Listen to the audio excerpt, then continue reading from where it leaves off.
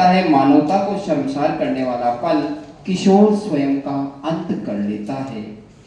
जी, किशोर जो हमारे देश का भावी कर्णधार है, जब कभी मानसिक दबाव से टूट जाता है, अंतर मन हिल जाता है और तब मेरा मन चिंतन करता है, क्या कोई बुजुर्ग बृहदस्त मार्गदर्शक परामर्श बनकर उसे संभाल नहीं सकता था। और इसी श्रृंखला में जन्म लेता है यह शोध का आज का चर्चा का विषय। अधिक समय न लेते हुए आगे बढ़ेंगे पृष्ठभूमि की ओर। Next please. किशोरावस्था, जैसा कि आप सभी जानते हैं, मानव जीवन का अत्यंत संवेदनशील चरण है जिसमें व्यक्तित्व, आत्म पहचान, भावनात्मक संतुलन का विकास होता है। वर्तमान में शैक्षणिक प्रतिस्पर्धा, डिजिटल संस्कृति और सामाजिक अपेक्षाओं के कारण किशोर को मानसिक स्वास्थ्य संबंधी चुनौतियों का सामना करना पड़ रहा है। ऐसी परिस्थितियों में परिवार का सहयोग और विशेष रूप से बुजुर्गों का अनुभव आधारित मार्गदर्शन किशोरों के लिए महत्वपूर्ण सहारा बन सकता है। Next please. चर्चा करें अध्ययन की समस्या और उद्देश्यों की। तो समकालीन समाज में संयुक्त परिवारों की संख्या कम हो रही है, एकल परिवारों की प्रवृत्ति बढ़ रही है। इसके परिणाम स्वरूप कई किशोरों को दादा दादी या पारिवारिक बुजुर्गों का अनुभव, मार्गदर्शन नहीं मिल पा रहा है।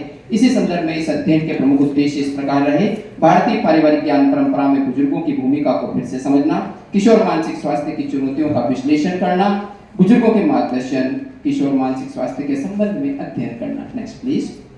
भारतीय पारिवारिक ज्ञान परंपरा से आप लोगों का थोड़ा सा परिचय करवाऊं। भारतीय संस्कृति में परिवार को केवल सामाजिक संस्था नहीं बल्कि जीवन मूल्यों और अनुभवों का विद्यालय माना जाता है। दादा दादी और नाना नानी अपने जीवन के अनुभव, लोक कथाएं, नैतिक शिक्षाएं, व्यवहारिक ज्ञान के माध्यम से नई पीढ़ी को संचित करते हैं।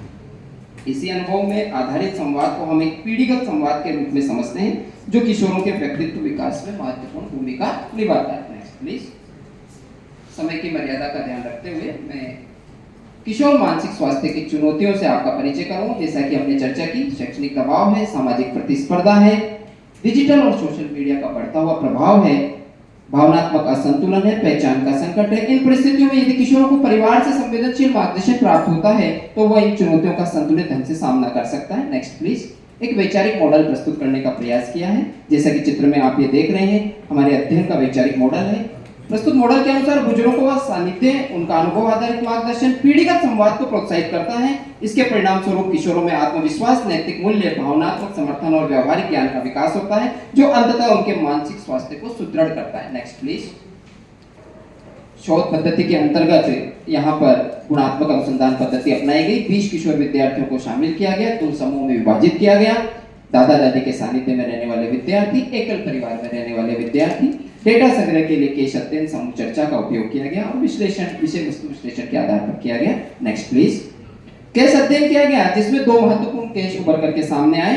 पहले उदाहरण में एक विद्यार्थी जो प्रारंभ में आत्मविश्वास की कमी से जूझ रहा था, अपने दादाजी के मार्गदर्शन और प्रेरणा से आगे बढ़ते हुए आज एक महाविद्यालय में व्याख्याता के रूप में कार्य कर रहा है।